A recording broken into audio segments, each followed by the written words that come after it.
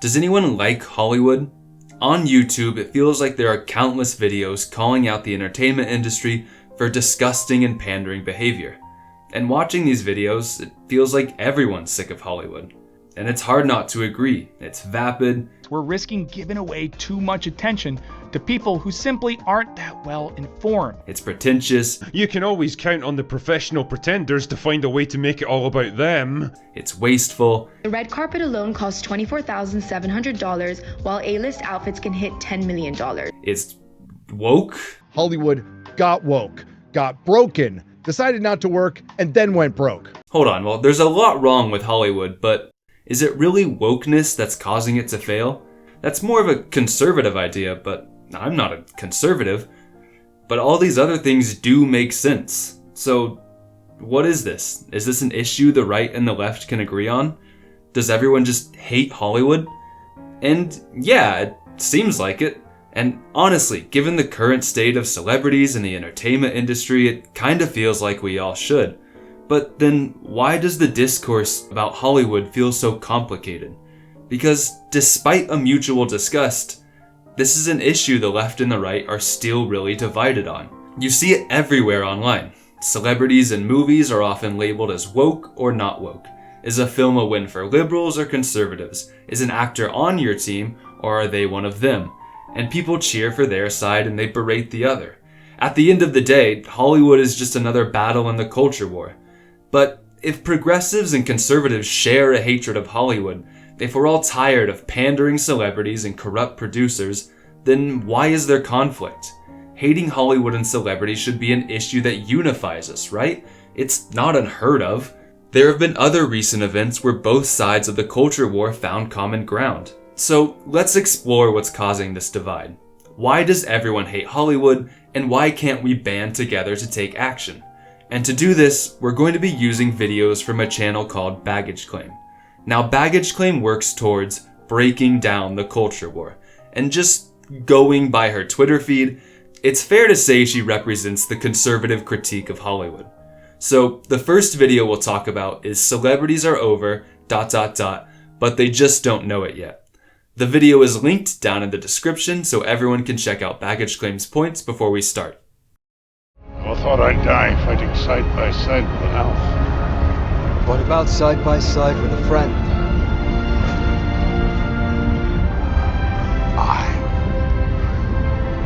I could do that. So in her video, Baggage Claim makes a lot of good points. The first being celebrities manipulate their fans in a lot of ways. Celebrities have been lying and manipulating their fans for years. This is it. No breast implants. No surgery. They work to sell the image of themselves as common people so they can manufacture an authentic connection. But simultaneously, celebrities also flaunt lavish lifestyles, so their audience will see them as someone better, someone without problems, and especially someone to aspire to be. And this parasocial connection combined with a warped perception of reality causes real problems for people who consume celebrity content regularly. If I think a celebrity is just like me, but my life is nowhere as glamorous as theirs, then what am I doing wrong? And this is especially true of body image. Celebrities' social media content is often professionally edited to make them look younger, healthier, more fit than they actually are, or it's otherwise accomplished through cosmetic surgeries that are kept secret from their fans. And selling these standards as normal, as attainable, is causing a sharp rise in body dysmorphia among young people. Often, a celebrity and their mystique isn't just one person, it's an entire media team working to create and maintain a brand. And it all leads to a culture where we're making friends with celebrities who only really exist in PowerPoint presentations from a marketing team. Another point from her video is celebrities are acting more like influencers. To maintain their celebrity status, relevance, and large income, once elusive and mysterious stars have resorted to influencer behavior, taking on sponsorships and trying to connect with their audience in more authentic ways. As Baggage Claim argues, Hollywood is a merch machine, and celebrities peddling products diminishes their glamour. According to her, celebrities used to be much more careful about protecting their brand, and that made Hollywood as a whole more respectable. Stars were promoted as larger-than-life figures, with interviews focusing on their glamorous lifestyles. And while celebrity sponsorships are lame, more importantly, these products are usually misleading and can result in a lot of financial harm to fans. You might remember Kendall Jenner promoting the Fyre Festival, only for it to be a huge scam, or Stephen Curry's commercial for FTX, a now bankrupt crypto company that stole $8 billion from its customers, or even Lindsay Lohan and Jake Paul supporting a crypto pump and dump, or really just any cryptocurrency endorsed by celebrities. They're all scams. And it's because celebrities don't really care what products they endorse or about their audience. They really just care about the money. Kanye West before his Nazi era sums it up pretty well. If you can communicate this product, you can make money off the product. Because look at Gaga. She's the creative director of Polaroid. I like some of the Gaga songs. What the fuck does she know about cameras? To a lot of celebrities, they're just much more interested in producing personal wealth than they are producing art. And how celebrities flaunt their wealth is also a huge problem. In her video, Baggage Claim describes celebrity events as Hunger Games-esque. The Oscars is a massive vanity fair for out-of-touch celebrities. This past Met Gala made a lot of people realize just how Hunger Games-esque it's all become. And while Baggage Claim seems a little too concerned with the compliments celebrities give each other, and you only need to tune into 5 minutes of the Oscars red carpet to see the nauseatingly fake and endless compliments they all constantly give each other. I generally agree with her. The clothing at the Oscars has become overly extravagant and indulgent. It's difficult, I would even say irritating, to watch actors strut around in clothing worth multiple millions of dollars. Meanwhile, the homeless population of Los Angeles rises closer to 50,000 every day. In Hollywood culture, there's just little to no concern about wealth inequality or the roles celebrities play in it. And how celebrities feign concern about economics and politics is the last main point of Baggage Claim's video. This brings me to the most annoying aspect of the modern celebrity. Their insistence on telling people how to think, what to do, who to vote for, as if their ability to pretend to be other people makes them the philosophers of our time. Because while celebrities have no real problems with inequality, you kick every Latino out of this country, then who is going to be cleaning your toilet, Donald Trump? Oh. They sure do love to comment on how bad it makes them feel, how hard things are for everyone, how much we're all struggling together. But this just isn't true. And nowhere was the hypocrisy more blatantly obvious than Hollywood's response to the COVID-19 pandemic. While most of us were stuck quarantining in our apartments, the poor celebrities were complaining about being trapped in their mansions like prisoners. This is like being in jail, is what it is. It's mostly because I've been wearing the same clothes for 10 days and everyone in here is gay. Either that, or they were breaking COVID protocol to throw parties for themselves on private islands. And for most celebrities, what do they know about being financially insecure, or growing up poor, or the cost of living in 2025? And so when celebrities get on their soapboxes and tell us they're suffering with us, no, they're not. And none of us buy it when they pretend otherwise. Never growing up had anything designer. My mom wouldn't let me. I think I got my first pair of Louboutins when I graduated high school. It makes me emotional, actually. So there's a lot I agree with from Baggage Claim's video. But before we go any further, there's also some things she gets wrong. Because when you watch her video, you'll notice how she idealizes the golden age of Hollywood. She presents it as a time when movies were better, when celebrities were proper, and as a result, the film industry saw success. And she contrasts this era with modern Hollywood, which she calls a husk of itself, hanging on to the fading reflection of its prior glory. And Baggage Claim uses this comparison to argue Hollywood and celebrities are failing because they strayed away from what made them successful in the old days, that their current behavior is immoral, and that there is a better time we can return to. And this is an argument we'll talk about later, but it's important to point out that these comparisons just objectively aren't true. Ow! Jeez, what was that for? It doesn't matter. It's in the past. Yeah, but it still hurts. Oh, yes, the past can hurt. But the way I see it, you can either run from it or learn from it. Ah! You see? Baggage Claim's first argument is that Hollywood is failing because audiences aren't connecting with movies. They don't make them like they used to. The movies served a very crucial purpose for people, telling epic stories of heroics and timeless values like bravery, integrity, and fighting for the greater good. The movies gave people a brief opportunity to escape from reality, but what stayed with them was the excitement of witnessing a great tale. It gave them an opportunity to experience the ideal. Turns out we like to be odd. We like witnessing heroics, and we like hopeful stories about good defeating evil. A truth that Hollywood has not just forgotten now, but modern writers actively engage in the opposite, telling nihilistic stories with the lowest form of human behavior on full display. Movies are bad now, too complicated, too depressing for modern audiences to enjoy. Instead, we need films like the good old days, when they would tell straightforward stories of good triumphing over evil, and the characters would personify the best values of mankind. As Baggage Claim says, these are the stories that inspired and excited audiences. These are the films that made people fall in love with Hollywood, and she claims this isn't the case anymore. Modern screenwriters are incompetent and forgetful, and they only want nihilistic stories about humanity's worst instincts. And this just isn't true. Hollywood isn't failing because of morally complex films or nuanced characters. Films with these elements have always existed, from Citizen Kane to The Wolf of Wall Street. Movies where morally corrupt characters succeed against the best interest of society have been a staple of Hollywood as long as there's been a Hollywood. And both types of movies have historically seen success from audiences and critics alike. For every Star Wars, there's a Blade Runner. For every Good, Bad, Ugly, there's The Searchers. People enjoy both kinds of films, and Hollywood isn't failing because of too much moral complexity in its stories. And this argument really doesn't hold up because Hollywood is still making easily readable good versus evil stories in films. Just ignoring all the Marvel movies out now, the weirdest part of Baggage Claim's video is when she uses footage from Mad Max Furiosa to make this point.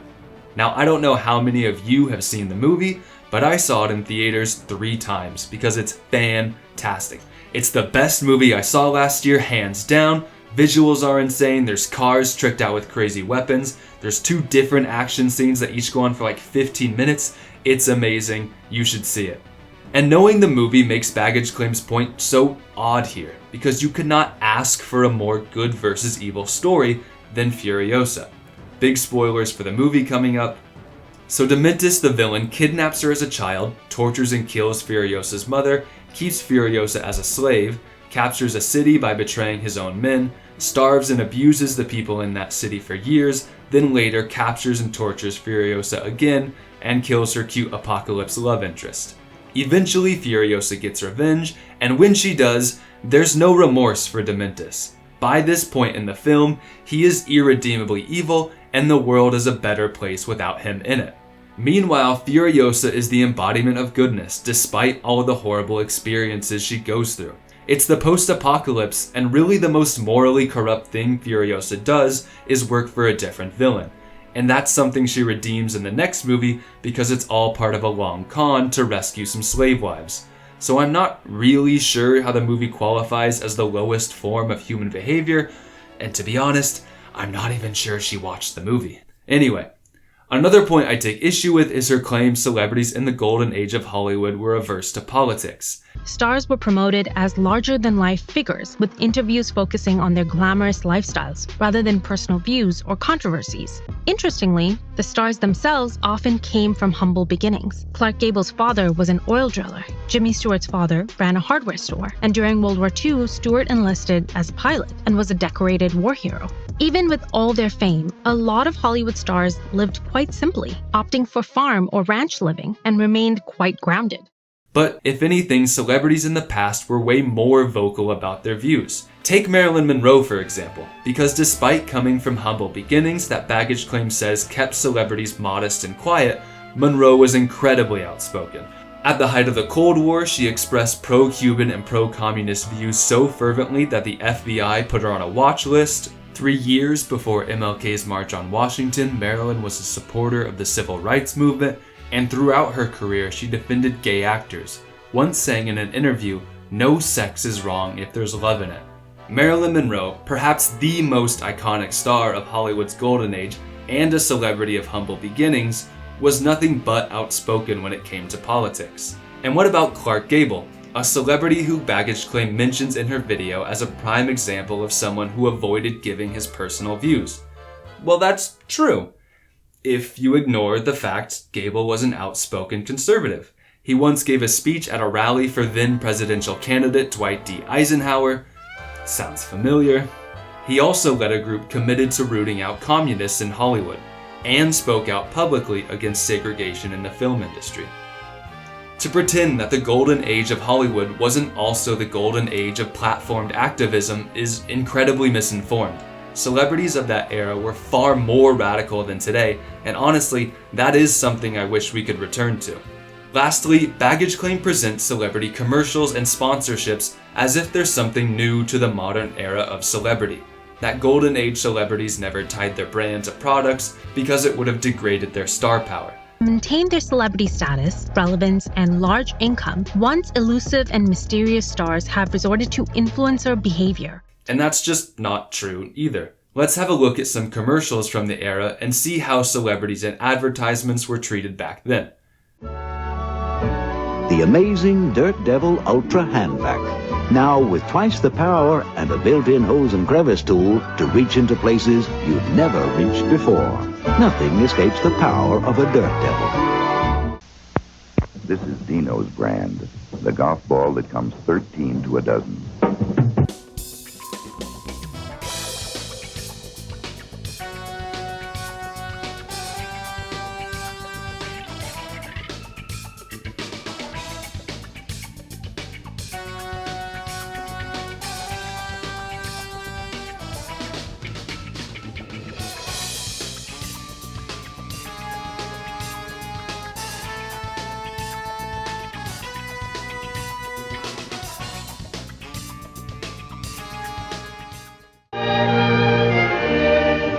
Coke time. There's nothing like a Coca-Cola, nothing like a Coke. What do you say we have dinner together? Wonderful. Where? Oh, someplace where we don't have to dress, like your apartment?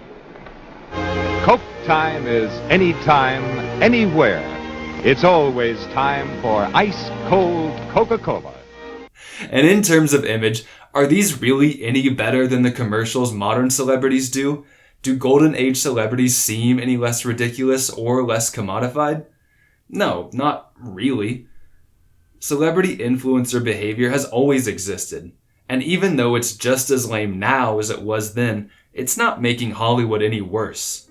Outside of these points though, I largely agree with the video's overall message about Hollywood. Celebrities often try to manipulate their fans for personal and financial gain. They are desperately out of touch, especially when it comes to wealth, and their attempts at talking about social issues are at the very least empty, if not completely removed from reality. And so both progressives and conservatives are annoyed by the current state of Hollywood and celebrities. So why don't I vibe with this video? Baggage Claim points out Kim Kardashian and Blake Lively as two egregious examples of terrible celebrities. So what's stopping Baggage Claim and I from being best buds bashing on the two of them together? However, I think that's the answer to why I don't agree with Baggage Claim. I don't really have a problem with Lively or the Kardashians the way Baggage Claim does. To me, Lively and Kardashian are just a result of the entertainment industry. Why do they manipulate fans? Well, because if they didn't, then another celebrity would. And that celebrity would gain more wealth and fame as a result. Why wear such garish expensive clothes? Because celebrities that do get all the attention. The problem is not the people. The problem is an entertainment industry that necessitates narcissism, manipulation, and ignorance. And if Blake Lively or Kim Kardashian refused those behaviors, the industry would just replace them with celebrities that wouldn't. But to Baggage Claim, celebrities like Lively or Kardashian aren't a bad effect of the entertainment industry. Instead, they are the people responsible for its downfall. And that idea is clear in the way she compares old Hollywood to now. In her mind, Hollywood used to be great because the celebrities in it were great. The reason Hollywood is on its deathbed now is because people stop putting the effort into making good movies. I don't just mean the writing, I mean there is no talent anymore. actors used to be a triple threat. They could act, they could sing, they could dance. They used to work on their diction or how they held themselves. Now the actors just show up and play the same types of roles just over and over, in between Pilates, teeth whitening, and Botox appointments. There used to be talented and morally upright individuals, and they created Hollywood's greatness. But now, all we have are brand marketers like Blake Lively or the Kardashians, and it's because of them Hollywood is failing. It's because of them we should despise celebrities. And her argument can be summarized as this: the entertainment industry these actors exist in is without fault, and any blame for failures should lie on hack actors who are more concerned with accruing sales than with acting skills. And at the end of it all, if we could just get noble, deserving people back into the entertainment industry, then Hollywood would naturally return to its former glory, right? Well, I'm not so sure. And it's here, at the solution to the problem with Hollywood, where conservatives and progressives turn against each other. Because how conservatives and progressives would fix Hollywood, or really anything in society, could not be more different. And it all comes down to one simple concept. Would you wear a shoe on your head? Of course you wouldn't wear a shoe on your head. A shoe doesn't belong on your head. A shoe belongs on your foot. A hat belongs on your head. I am a hat. You are a shoe. I belong on the head. You belong on the foot. Yes, so it is. To understand the progressive-conservative divide, we need to discuss a concept called hierarchy. Now, hierarchy isn't difficult to understand. Put simply, it's a system we use to assign importance to things, with some things being more important and some things being less. You can picture it like a pyramid with different levels. The things at the top are the most important, and the things on bottom are the least. If we imagine this as a company, at the top you have the owner, the highest and most important position. Below that you have the managers, and then the workers at the bottom. Now, what's most important about a hierarchy is how power is distributed. And from the design of the pyramid, you can probably tell who gets the most power. It's the owner. They can tell everyone what to do and answers to no one. And each step of the pyramid has power and authority over the lower steps while being controlled by everyone higher. And that continues until you get to the lowest rung, which, despite having the most people, has very little power or control. Now, while there are many viewpoints on the left, progressives generally oppose this system. Why should the majority of people be subject to a minority with all the power? Why should people be unequal at all? And for people on the left, the only solution to the inequality that a hierarchy creates is to destroy the pyramid and create a more egalitarian system in its place. And now, what do conservatives think about hierarchy? Well, they love it. Hierarchies are the best thing that ever happened. They absolutely adore the hierarchy. And for good reason, because to conservatives, hierarchies are absolutely essential for a society to function. Because what hierarchies do, ideally, is allow the most deserving people in society to wield the most power. For example, if you have the ability to lead the country successfully, you deserve the position of king. A powerful position requires certain qualities, and only people who possess those qualities deserve positions of power. It's a view of humanity that's opposed to the progressive one. People are not inherently equal. Some people are naturally more qualified than others. They're better. And because of that, our society should be unequal, so we can allow the most deserving to wield the most power. To conservatives, that is how society improves. And so hierarchies creating inequality isn't a flaw, it's a feature. Society functions properly so long as everyone maintains their proper level. The people who have the abilities of workers should stay as workers, and not try to rise to a position above their abilities. Know your place. Keep your place. Be a shoe. Because when that happens, society falls apart. And a good representation of a disrupted hierarchy is the Lion King. In the beginning of the movie, the land thrives under Mufasa because he is the rightful king. He has the qualities of a leader. But later, his evil brother Scar becomes king, and places the greedy, short-sighted hyenas above the lions in the hierarchy. The hierarchy is broken, and as a result, plants die, everyone goes hungry, and the animal kingdom society is on the brink of collapse. It's over. There is nothing left. It's only the return of Simba that fixes all of this. He becomes king, the lions and hyenas are restored to their proper levels in the hierarchy, and then everything else sort of fixes itself. Because if the hierarchy works, then society will too. And luckily for conservatives, most societal structures are, and historically have been, hierarchies. Monarchies and most governments are obviously hierarchical. Most religions are hierarchical, with the holiest and most deserving leaders at the top. Throughout America's past and present, race is hierarchical, especially in the 1800s. White people occupied the top of the pyramid, and it was their job to educate and lead Native Americans, African Americans, and any others into a civilized society. The hotly debated hierarchy right now is economics. Ultra-rich at the top, followed by a middle class, a working class, and then the impoverished to serve as a little motivator for the working class. It's why you don't see a lot of conservatives pushing to tax billionaires. They believe in the economic hierarchy. Some people deserve to have more money than others because they're better. The belief is they work harder, or are more responsible, or are simply smarter than the rest of us. So I just want to get to motive here for a second. Do you want the tax rate to go up to pay for more stuff, or as a way to punish rich people? It's also why conservatives are against programs like welfare for poor people or affirmative action. If the government takes money or privilege away from people who deserve it and gives it to those who don't, it's destructive.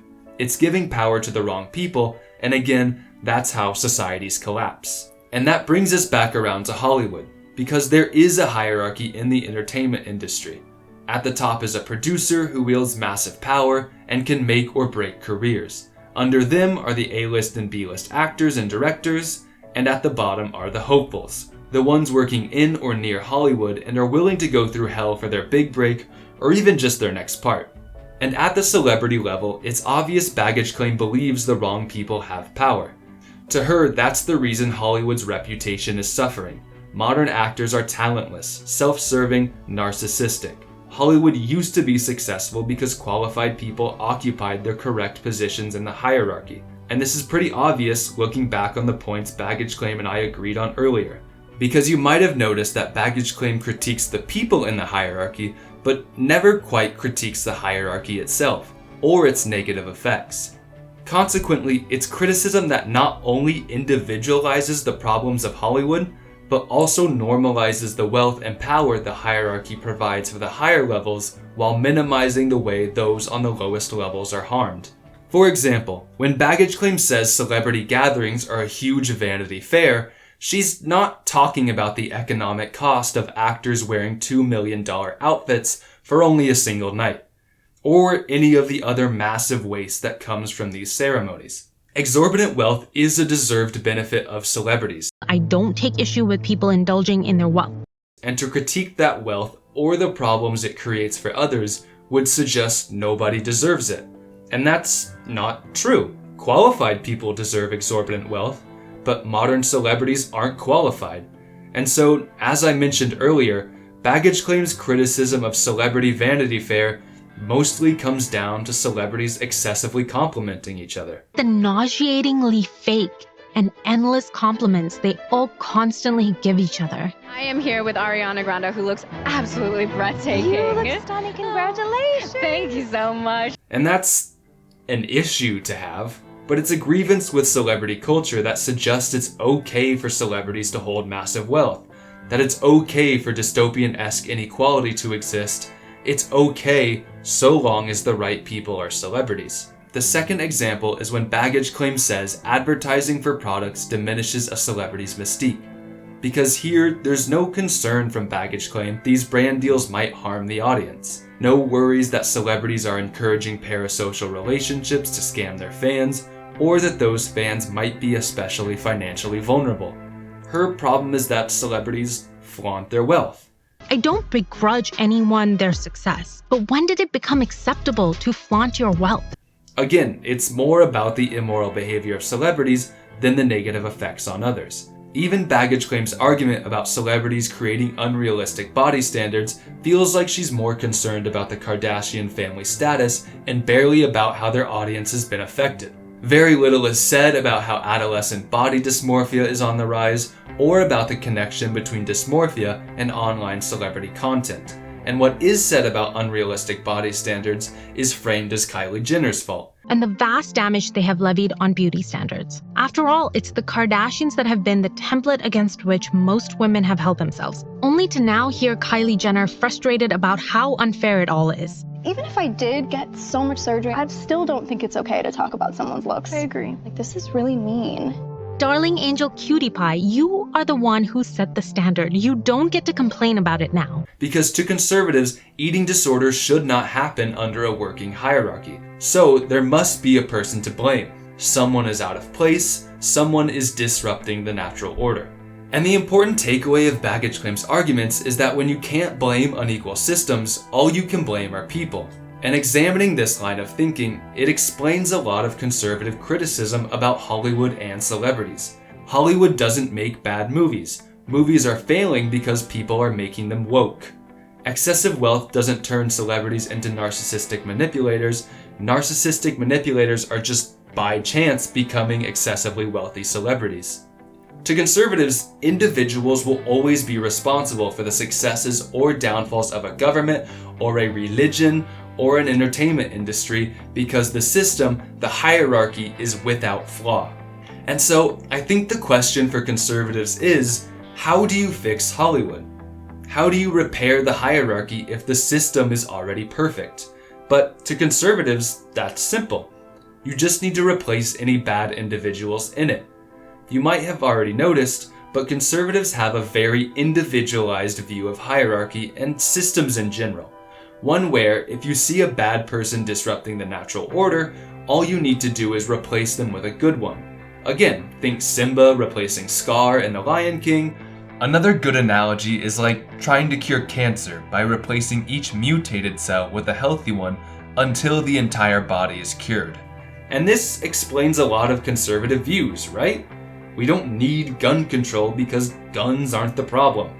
The problem is bad people who use guns, and all you need to stop a bad guy with a gun is a good guy with a gun. That stops a bad guy with a gun is a good guy with a gun. But then, who are the right people for Hollywood? Who among us is talented enough, modest enough, is qualified enough to make Hollywood successful? And more importantly, who deserves the fame and fortune that comes with being a celebrity?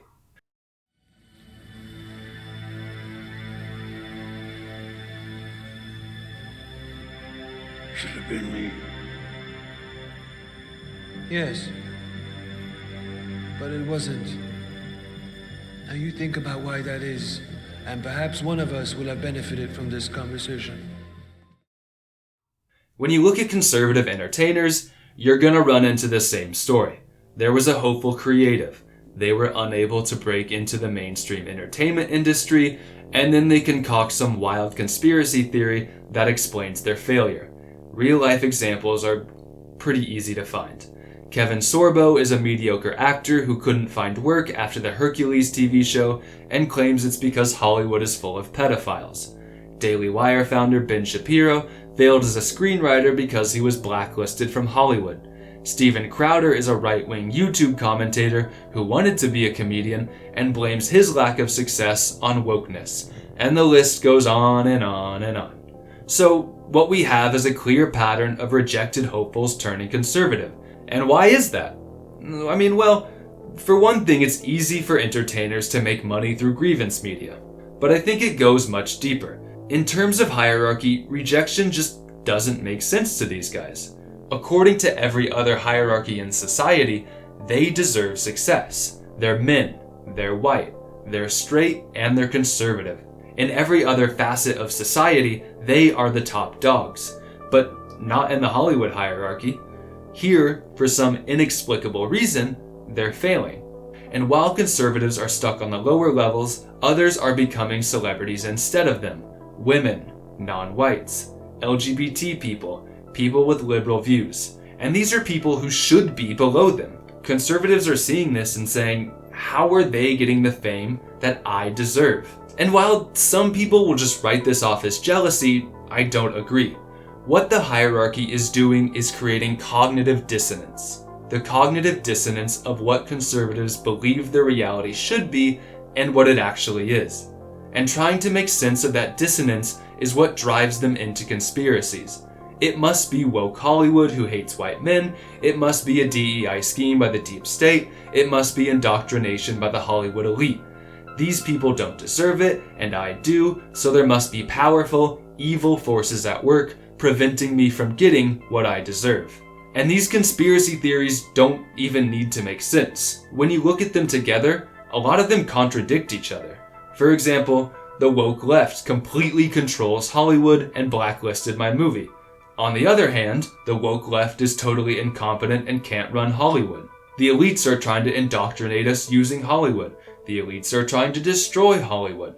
Hollywood is a secret cabal of trans pedophiles. Everyone in Hollywood is trans and they want you to know it so they can trans you too.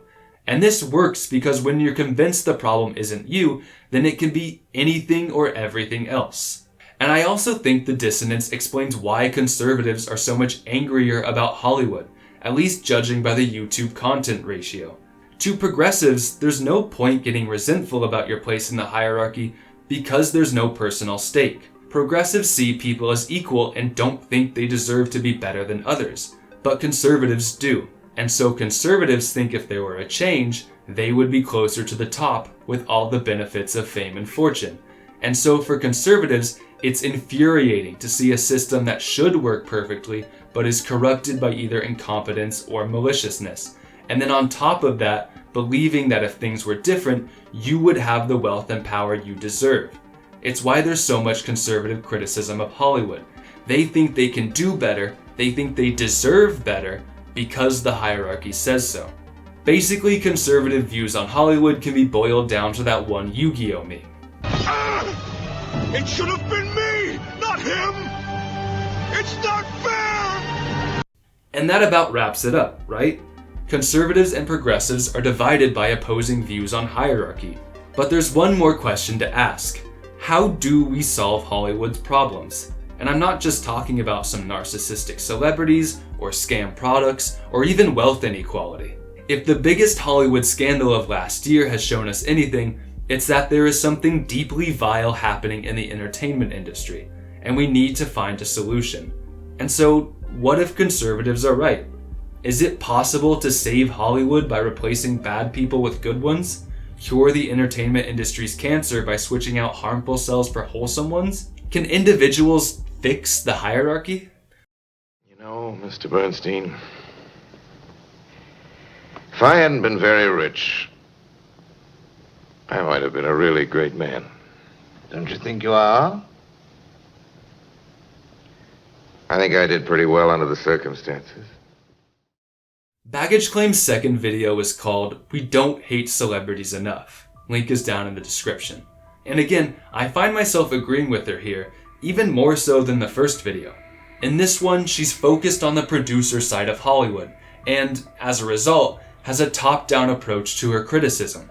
She talks about how Hollywood's system manipulates vulnerable hopefuls into cozying up to producers and executives for chances at stardom. This nebulous standard places immense power in the hands of gatekeepers, like producers, directors, and executives, who decide who gets that golden ticket to fame. Drunk on this power, these gatekeepers wield their authority, dangling the promise of stardom to coerce, abuse, and exploit. She talks about how the trauma they experience is often silenced by power and money. Victims of Hollywood's predatory culture often hesitate to come forward, fearing they will be labeled as difficult or blackballed from the industry. This fear of retaliation ensures silence and perpetuates the cycle. It's a take from Baggage Claim that feels like she recognizes some of the inequality inherent to the hierarchy, and I like it for that. And I really only have one gripe with this video, and it's that Baggage Claim doesn't actually recognize the inequality inherent in the system at all. She says people come to Hollywood because they're empty, or they need to fill a void, or it's because they're just craving power. Young people entering the industry often carry profound wounds. Many are running from traumas or problems in their lives, believing that the Hollywood industry will somehow heal them by giving them unfettered access to attention and riches. It's a narrative that again individualizes the problems in Hollywood. Again, she's arguing that the system works fine, the power imbalances of the hierarchy don't create the conditions for unspoken abuse, we just have broken people abusing that power, and if we had better people, this wouldn't be a problem. Different video, same argument. And again, this just isn't the case. And while Baggage Claim's main subject in her video is P. Diddy, she unintentionally mentions someone who shows this isn't true. A person whose story illustrates how hierarchical power imbalance creates victims and can shape a good person into a predator.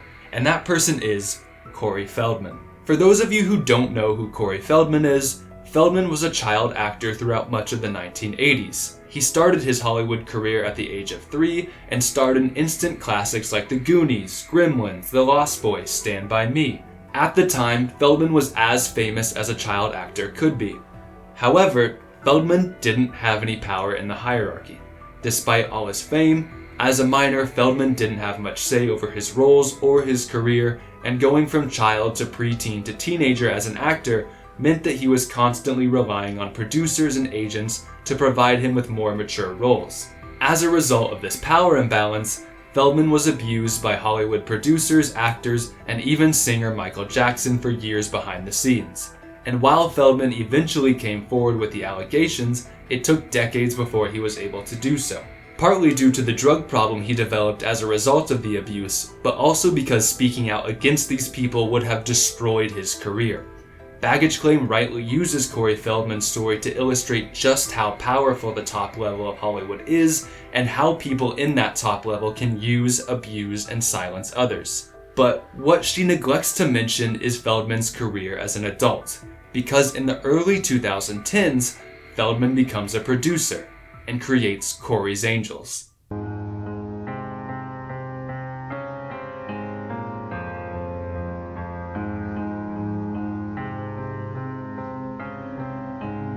Get it? All she gonna do is twerk. Hit the club, tell him.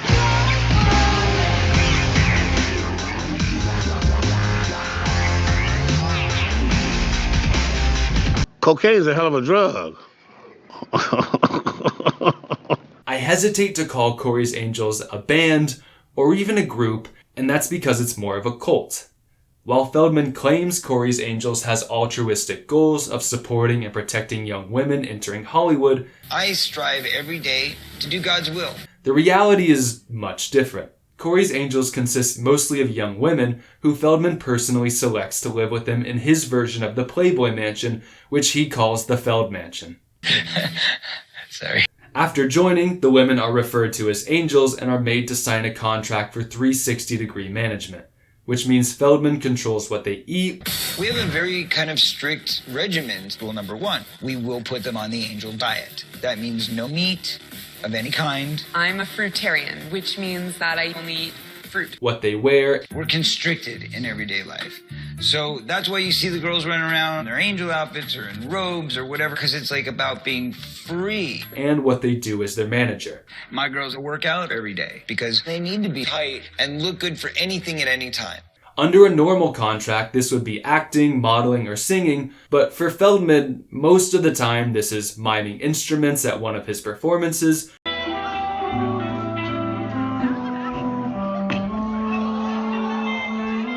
or entertaining guests at one of his parties. When The Hollywood Reporter asked Feldman about the purpose of the group, he said, "I like helping them, to help girls who were kind of lost and needed help to find their way." He added that he sought out girls while they're still young and impressionable.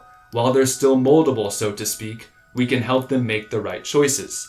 And so, as you might expect, by June of 2020, Feldman had been accused of sexual misconduct by 7 women. Most of these women are former angels, and some have spoken about their experiences with Feldman. I won't play the interviews here because of how traumatic some of their stories are, but I will link them down in the description. And so, what's the point of Corey Feldman's story? Well, Baggage Claim argues people come into Hollywood trying to fill some void or looking to harm others, but Feldman was just a kid when he started in Hollywood, and it's hard to believe he spent his adolescence dreaming of abusing others. But as Feldman rose up the hierarchy, he got money, he got power, and eventually people stopped telling him no. Because Baggage Claim is partially right when she talks about this. There is a sycophantic nature to the hierarchy. The celebrities are surrounded by sycophants who enable their behavior, telling them what they want to hear to stay in their good graces. When money can't stop you and nobody calls you out on your behavior, either because they're hoping to gain something or out of fear, it warps your brain. Living on that level of hierarchy dehumanizes others, makes them less than people, and as a result, you become a monster. A predator who only sees prey, or a god who only sees ants. Man, the people look like ants from up here. They are ants, Michael. They are ants. And this phenomenon isn't contained to the entertainment industry either. This effective hierarchy is the reason kings and emperors go mad and let their empires suffer. It's the reason whites were able to justify slavery, massacres, apartheid, and other atrocities surrounding race. It's why the ultra-rich think they're descended from pharaohs and are fine with making the world a worse place for everyone else. And sure, these are bad people making these choices, but there's only one reason they have that power. It's the hierarchy. People don't naturally have power over one another, but the system creates inequality, and that inequality creates the conditions for abuse. This has always been a problem with the hierarchy and always will be, and it's why the hierarchy is unfixable. And if you truly believe conservatives have some moral barrier that protects them from being corrupted, they don't.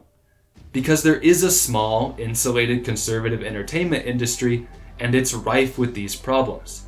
Narcissism, flaunting wealth, scam products galore. The Daily Wire seems to have an employee abuse problem that rivals Ellen's, and there's sexual misconduct too. Several employees who work for Steven Crowder said he would often expose himself at work. Ben Shapiro's company, The Daily Wire, worked with Adam Donaghy to release his movie, while fully knowing Donaghy was arrested on suspicion of sexually assaulting a minor. He was also caught on tape harassing one of his workers and offering her a more important part if she reciprocated with sexual favors. Then there's Bill O'Reilly. I've done that. Vince McMahon. Bark like a dog, come on! And many other right-leaning entertainers who have had similar accusations. This isn't a problem conservatives can fix. It's not a problem any one person can fix, because it's not just one corrupt person that needs replacing. It's a whole corrupt hierarchy. To return to the cell analogy, we can't cure cancer by replacing diseased cells with healthy ones, because cancer is more than a few bad cells. It's a whole environment that has become cancerous. And with enough time, a cancerous environment will turn healthy cells toxic. It's not a matter of if, it's a matter of when. And for hierarchies, no matter how many times you replace the people, and no matter who it is, you can't fix what is fundamentally broken.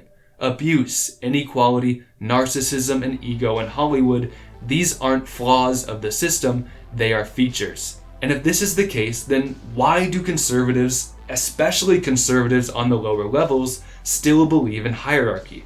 Why still support a system that results in countless abuses of power now and throughout history? Well, as Baggage Claim argues about Hollywood, it used to work. I've gotten all these things for her. I've gotten all these things for her. Now she just wants to run away. She wants to leave that. Jay, you can't repeat the past.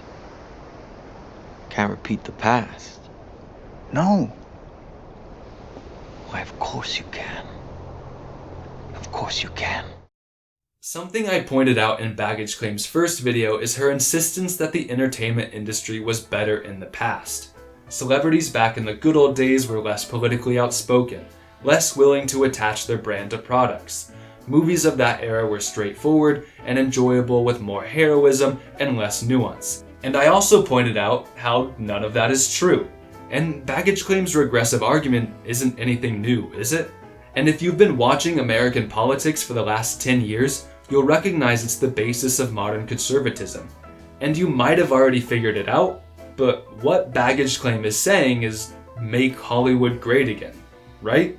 Celebrities in the entertainment industry were better then and are worse now, so we should return to the qualities of that era to recapture its greatness. But we know that's not true. And so why are conservatives so obsessed with a better past that isn't real? Because they need that narrative. Because if the hierarchy used to work, and if people like them were in charge, then a return to that past would mean they get what they deserve. They get to go back to a time when their hierarchical status wasn't being threatened. A time when women were completely subservient to men. When white superiority in society was unquestionable. A time when the moral fabric of conservatives was valued over the degenerate progressives. And a time when they got to make and be in all the movies. That's what they want, and if that past has never existed, if hierarchy has never worked, then what is there to go back to? And if there's nothing to go back to, how do you get what you deserve? And so conservatives desperately cling to that narrative, changing, adding, or removing any necessary facts until we get videos like Baggage Claims, where the facts are wrong so she can be right. And Baggage Claim's false idealization of the past extends to her second video as well, albeit in a much sneakier way. This time, Baggage Claim waits until the end of her argument before saying this. And I think with this unceremonious destruction of celebrity culture, we are going back to the veneration of values, though unglamorous, that offer a foundation of genuine fulfillment, hard work, honesty, family, community, and a rejection of harmful vices. Did you catch that? She said going back. And in this context, the phrasing suggests there was a time when systemic abuse wasn't a problem. But unlike her other appeals to the past, maybe this one is true? Let's look at some stories from Hollywood's golden age and draw our own conclusions. Starting off with one of the most iconic stars of the golden age, Judy Garland fought off countless sexual advances made by producers and executives starting when she became a celebrity as a teenager. The most aggressive pursuits came from Louis Mayer, head of MGM Studios while Garland was filming Wizard of Oz. She was 15 during the production of the film. Judy Garland's biography speaks about Mayer in detail, saying, "Having sex with the female help was regarded as a perk of power, and few women escaped the demands of Mayer and his underlings." While Garland was filming The Wizard of Oz, Mayer frequently groped and made her sit on his lap. And the worst one, whenever he complimented her on her voice, she sang from the heart, he said, Mayer would invariably place his hand on her left breast to show just where her heart was. "I often thought I was lucky," observed Judy, "that I didn't sing with another part of my anatomy." And Judy Garland wasn't the only one who experienced sexual harassment as a child. Shirley Temple recounts an experience from when she visited MGM producers with her mother. I went to MGM for one picture, thank goodness only one. And when I got there with my mother, we were separated. She went into the office of Louis B. Mayer, and I went into the office of Arthur Freed. And he was going to talk to me about a movie he wanted to put me in. I'm 12 years old, you know. And I thought he was a producer, but instead he was an exhibitor. And I'd never seen anyone naked before, except myself. So I had no clue about what was happening. And so it struck me so funny, I laughed at him. And I laughed uproariously. I had tears, you know, and he got infuriated. And he said, out, out, out, go. Did you tell your mother? Well, I was very quiet. I went down and met her in the lobby of the administration building. She came out very quietly from Louis B. Mayer's office, and we walked hand in hand silently to the car, which was unusual. We got in the car driving home. I said, Mom, you won't believe what happened to me. And I told her what happened, and she got kind of quiet, and she said, well, you don't know what happened to me. And Louis B. Mayer wasn't as bad as Freed was to me. He came on to my mother. And the list of golden age Hollywood abusers goes on and on. Harry Cohn, co-founder of Columbia Pictures, reportedly wouldn't cast girls unless they auditioned in bed. He, Daryl Zanuck, and other producers of the era are often credited for creating the casting couch, a shorthand phrase alluding to how aspiring actresses give sexual favors for roles in films. And victims aren't limited to women. Henry Wilson was a closeted gay talent agent who preyed on tormented gay men. According to sources, he would find these young guys, who almost all came from horrible home situations with broken marriages and an absent father. He would be their manager and make them sexually service him. Anecdotally, Wilson once tried to trade sexual favors with Quentin Tarantino's father, who punched Wilson in the face, after which Tarantino's father was fired from his TV show and had to use an alias to get any more acting jobs. From Howard Hughes to Jack Warner, it seems like every old Hollywood producer has some horrific story about their behavior, and actors aren't innocent either. Clark Gable took advantage of Loretta Young and nearly ruined her career in the process.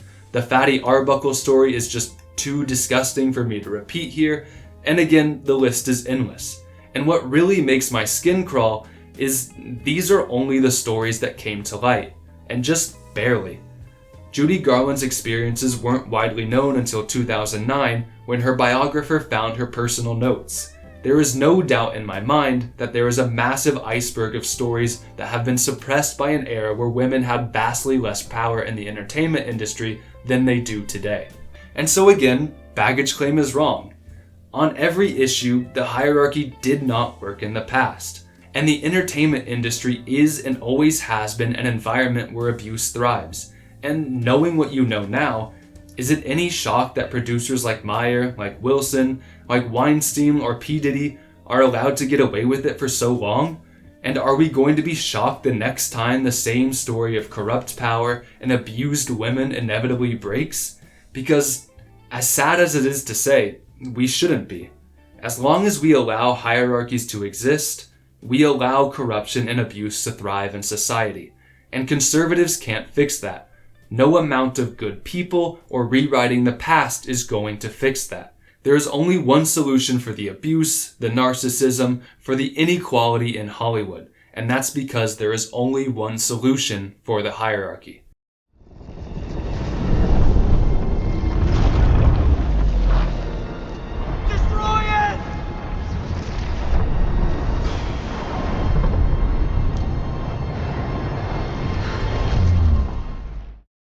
I'm a pretty big fan of Tolkien's Lord of the Rings, and despite what baggage claim did to Mad Max Furiosa, I'm assuming she is too.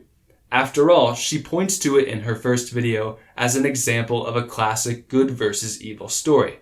The reason The Lord of the Rings has been so enduring, despite being 20 years old, is because it stirs in the viewers the same emotion like the old epics. Turns out we like to be odd, we like witnessing heroics, and we like hopeful stories about good defeating evil. But if you'll permit me one more time, I'm going to disagree again. Because The Lord of the Rings is not a simple good versus evil story. I mean, maybe it would be if we were just talking about humans versus orcs, but Lord of the Rings is about the quest to destroy the One Ring. And for those of you not familiar, the One Ring was created by forces of evil in Middle-earth, and it can grant the wearer the power to turn invisible. But it's also more than that. The ring has a will of its own, and slowly corrupts the people who wear it or are just near its presence. My precious. Whispering to others, the ring promises power, promises the ability to achieve your wildest dreams, and slowly, but inevitably, the ring corrupts even the best of men. Don't tempt me, Frodo. I dare not take it. Not even to keep it safe. Smeagol falls, then Bilbo, Boromir, Frodo, and had Sam needed to endure the ring longer, he would have as well. Because one of the many themes of Lord of the Rings, along with homoeroticism,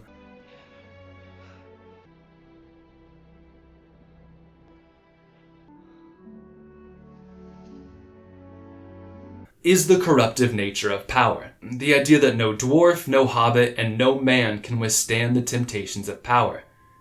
Because power corrupts absolutely.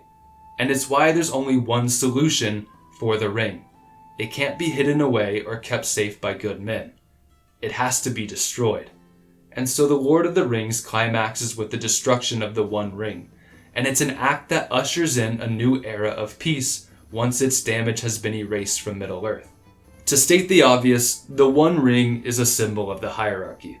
And as long as hierarchy exists in our society, there will always be good men falling to corruption. There will always be narcissism, abuse, and inequality. And if we want to stop this, it has to be destroyed. Not just in Hollywood, but everywhere. And just like the ring can only be destroyed by the very fires that created it, Only we can rid ourselves of a hierarchy that we give power to. The hierarchy won't be destroyed today or tomorrow or even 20 years from now, but it can start with you. You, the people, have the power to create machines, the power to create happiness. You, the people, have the power to make this life free and beautiful, to make this life a wonderful adventure. Then in the name of democracy, let us use that power. Let us all unite. Let us fight for a new world, a decent world, that will give men a chance to work, that will give youth a future and old age a security. By the promise of these things, brutes have risen to power, but they lie. They do not fulfill that promise. They never will. Dictators free themselves, but they enslave the people. Now let us fight to fulfill that promise. Let us fight to free the world, to do away with national barriers, to do away with greed, with hate and intolerance. Let us fight for a world of reason, a world where science and progress will lead to all men's happiness. Soldiers, in the name of democracy,